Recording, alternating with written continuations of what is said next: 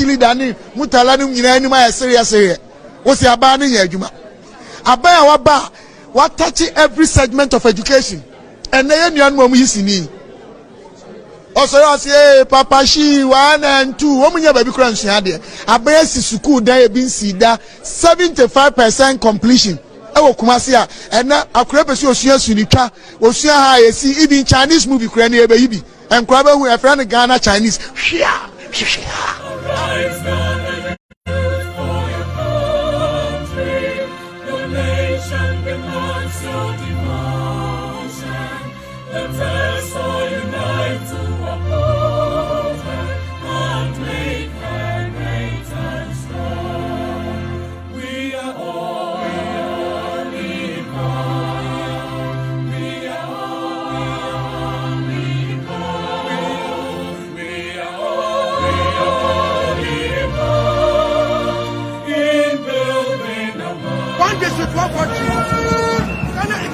Agency.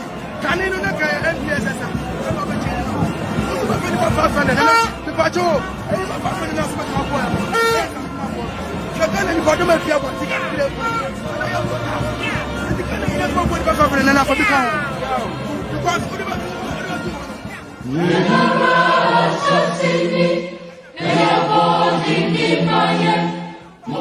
Citizens and colleague activists committed to the promise of our collective freedom.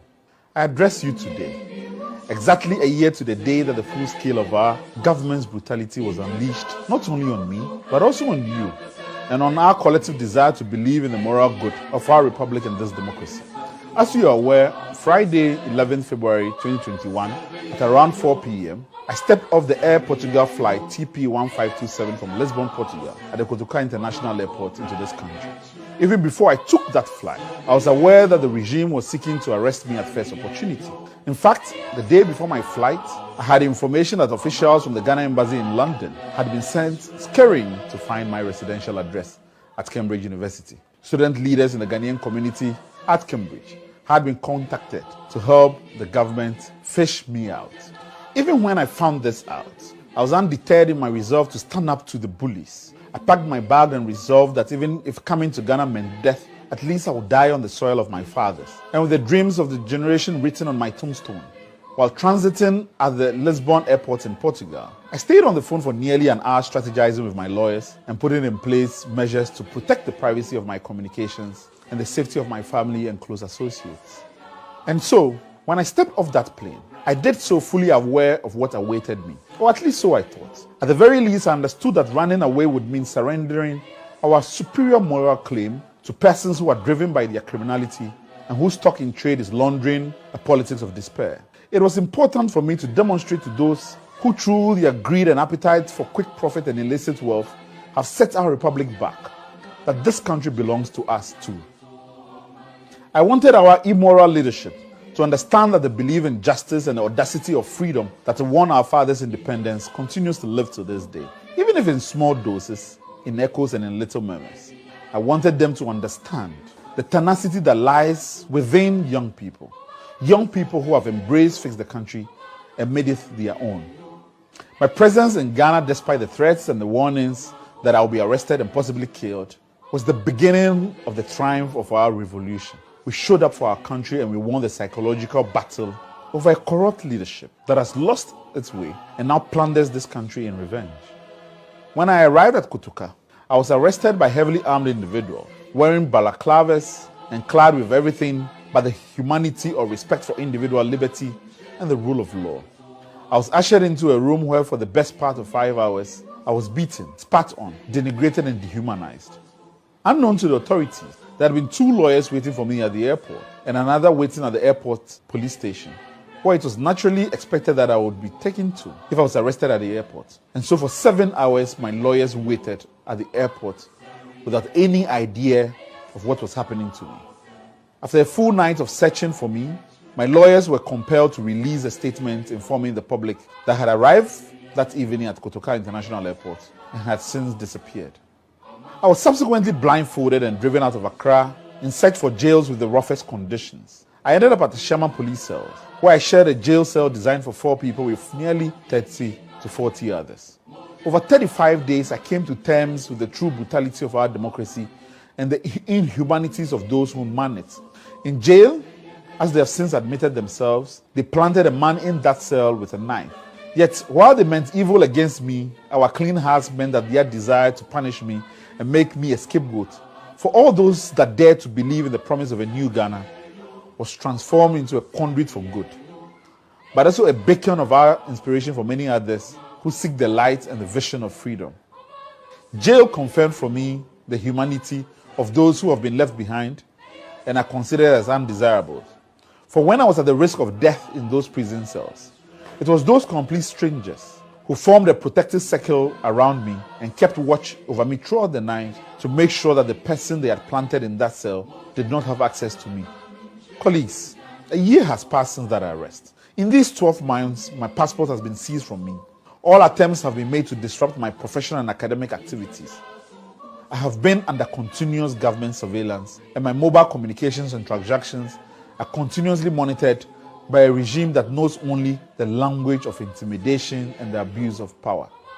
In those 12 months, not a shred or even a single credible evidence has been adduced to support the trumped-up charge of treason felony that the regime continues to pursue against me. For 12 months, a combination of prosecutorial misconduct, judicial arrogance and complicity, and the purposeful abuse of power have contributed to ensure that an otherwise dead on arrival criminal case has been kept alive, designed to purposefully obstruct my equal claim to citizenship. That this farce has been allowed to continue is both evidence of the ingenuity of criminal misgovernance in this country and a decay of our constitutional democracy. But these 12 months have also awakened others to the dangers of silent complicity to injustice. Many more people today approach our cause with greater belief and expectations of freedom. Time has revealed the shallowness of those who have impoverished us by promising to make everything free except freedom itself. Time has emphasized the urgency of reclaiming our citizenship to oppose those whose legitimacy and claim to power relies on fear, intimidation, and amassing public wealth. But it is important we do not gloss over those 12 months. It is important that we sit in the harsh realities of misgovernance in order that we keep them as permanent reminders, as mementos of this era of greed. It is necessary that when we tell ourselves and our children yet to come that never again, that we fully acknowledge the weight of the injustice we have let fester, that we acknowledge our complicity in the cancer that is now consuming our democracy, along with our capacity to imagine a better and certain future of growth and prosperity. Colleagues, we are at the precipice of monumental political, economic, and social collapse. Politically, we are led by priests who have lost their faith but have refused to relinquish the cassock so that we can begin our healing process. There are no new or fresh ideas presented, and there's no direction out of the abyss of despair. Our politics has a single purpose: to impoverish us. And when we speak up, they draw on their control of violence to knock us back down. Our democracy has lost its luster. Our journalists are now more afraid than ever. They seek refuge in self-censoring, pretending not to notice when the president deploys national security resources to kidnap citizens, to settle scores with his ex-lover, and to retrieve pictures of his modesty. The vast majority of our media resources are owned by the political class and their cronies. Radio spectrums and broadcasting rights are auctioned off to party officials, their financiers and associated cronies. Our voices are bought and retailed through media spaces that are devoted to not making their parties and favorite politicians look bad. But no democracy stands without a credible media. We live now in a country where you can literally count honest journalists and honest media houses on your fingertips. All around me, activists are threatened with death and violence routinely.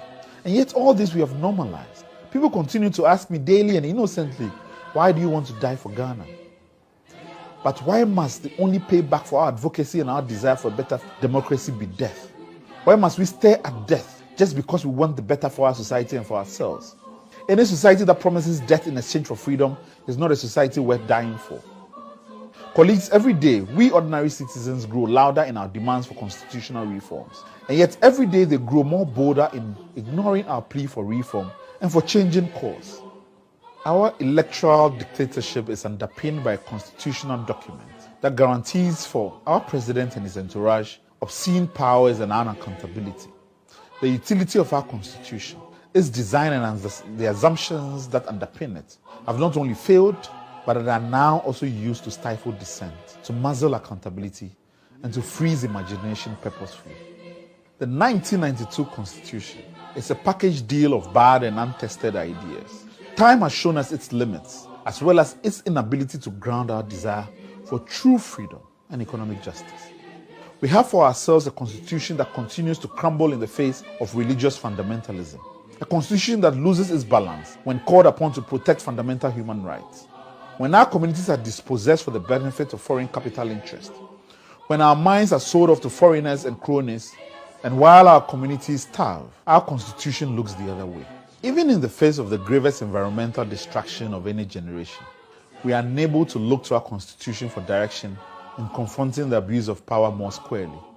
The roots of justice cannot gain ground on the back of a constitution that crystallizes injustice. While the majority of our people starve, our resources are handed over to a select group of super citizens in order to maintain a criminal consensus among the political elite. Those under the Article 71 regime would rather impoverish all of us, just so that their ex gratia will be paid on time. Because of the 1992 Constitution, only 5% of our consolidated national resources are guaranteed for local development and for the local assemblies. The remaining 95% is kept in Accra and misused to high heavens. Where is the justice in that? We are the only democracy which has a parliament that was intentionally designed to be weak and ineffective. Yet useless and happy, they are grateful to use parliament as a money-making Ponzi scheme. On top of the Article 71 gluttony that the Constitution guarantees for them, our parliament will sell its soul to the highest bidder. Cutting deals with the executive and looking the other way is the order of the day. Socially, we are today a society without a moral compass. Right is wrong and wrong is celebrated. We are a society with corrupted values. Our clergy and religious voices are more comfortable sitting on the laps of power than sacking the traders and profiteers who have taken over the house of God. 1 out of every 3 scandals has a religious leader entangled in the mix. From multiple names and mothers to fraudulent procurement deals associated with senseless cathedrals of doom.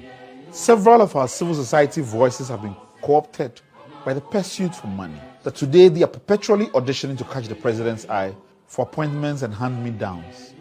And yet in all this, our society is poorer now than it was at 31st December 1981. More people are unemployed today than they were then. For every 1 million cedis that was lost to corruption in 1981, 100 million more is lost today. If power was reckless then, today power is abusive, arrogant, and vindictive. Poverty has consumed our people and suffering is on the rise. Our land system is a mess. To acquire land in this country is to buy for yourself hypertension and deceit. Chiefs, who are supposed to be custodians of custom and justice, are today at the front line of land gangs and criminality. Money and greed has closed off access to land, so the poor person cannot look to land and agriculture as a way out of poverty and disenfranchisement. We have lost our way and our path. Truly, this cannot continue. Enough is enough. What more can I say about our economy that the average man has not felt in his pocket? Our lives have been wrecked by a politics that does not admit fault nor show remorse. Today, we are indebted to the point of immorality and of no return. And as immoral as we are, they made sure to make profit from the ruins of our lives. Millions have been made by the president and his cousin from every cent they borrowed. Millions were fleeced from us at the same Kotoka airport by the president and his criminal network during the height of the COVID pandemic. And yet, right-thinking members of our society looked away. Even a global health pandemic, where we stood to lose our lives and limb, did not slow them in their greed and gluttony. Today, the pensions of the old and fragile, of civil servants, and of people who through their own industry, despite the best efforts of our own government to impoverish them, is now at stake. And after riding off into the sunset on luxury private jets and mocking us from the temples built with corrupt money, after taking away our youth and our aspirations, now they want to lay their evil hands on retirement funds. All around us, we see signs of decay and clouds of despair forming. And as our old people, old men and women, line the pavements of the finance ministry to reclaim what is left of their bonds, we must ourselves genuinely be prepared to shake off the bonds of our cowardice, bonds that have made us complicit in our own impoverishment. We must question our own motives and audit our commitment to freedom for all. For true activism cannot be blind nor selfish. The path forward must not be led by personal interest alone. For if we show up for our pensioners, We must show up for teachers and nurses alike. Doctors must fight for carpenters and captains for police officers. I am here reminded of an old Sanskrit proverb from the 14th century that says, "Nothing in nature lives for itself. The rivers do not drink their own water. The trees do not eat their own fruit. The sun does not shine on itself, and flowers do not spread their fragrance for themselves." Living for others is a rule of nature. We are all born to help each other, no matter how difficult it is. Life is good when you're happy, but much better when others are happy because of you. And so, folks, I say this with sadness, but with absolute honesty. Nothing will stop this generation of greed and decay unless we wake up together, fight together. And this means that we must also be prepared to forgive those who cheered them on and the others that remained silent when they first came for Fix the Country. We must march together with those who are only new to the light. And we must appeal to our comrades of old, those who fell off the wagon out of despair and disillusion. This is a fight we win only if we stand together. Last month in Tamale, ordinary citizens showed the way. They lit the way anew with the vision of Fix the Country, and from the depth of their lungs, they screamed the purpose of a new beginning, a new constitution for a new generation. We must kindle that purpose together. We must beam together with the desire for renewal, and we must not be shy in our resolve to seek the blessings of true freedom and justice. As I said to you last year, I truly believe that our path is lighted by our trust that justice has always prevailed over evil, and the belief that we shall win this commitment to build a new Ghana which is fairer, a new Ghana where leadership serves rather than impoverishes or abuses its citizens. Every fiber in my being assures me that that new Ghana is possible, and that we as a people, standing together, trusting together, that when tomorrow comes, we will no longer be slaves to the moral decay of those who hold us in perpetual hostage of poverty. We cannot give up. Friends, the time has come to redefine the face and the values of our Ghanaian democracy. Our democracy. A democracy where young people, as much as the old, have a place in its improvement. Where our voices for reform and justice are no longer viewed as treasonous by those who are scared of their own shadows. If you are listening to me today and believe that the time has come to organize better and to redeem our democracy, then I urge you to join us. You cannot continue to sit on the sidelines anymore. Not now. Not now that you understand what is at stake. We are in a fight for the very soul of our republic. This is not a fight we can afford to lose. We must win it, not for our sake, but for tomorrow's sake. We owe a duty to secure our children from the bonds of injustice and indignity that we suffer today. So reach out to us. Send us a message on WhatsApp. Message us at +233 303 959 661. Follow us on our social media handles on Facebook, Twitter, and TikTok at GHFixTheCountry.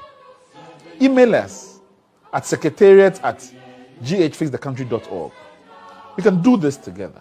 So thank you for trusting me and trusting us. God bless you and God bless our homeland Ghana.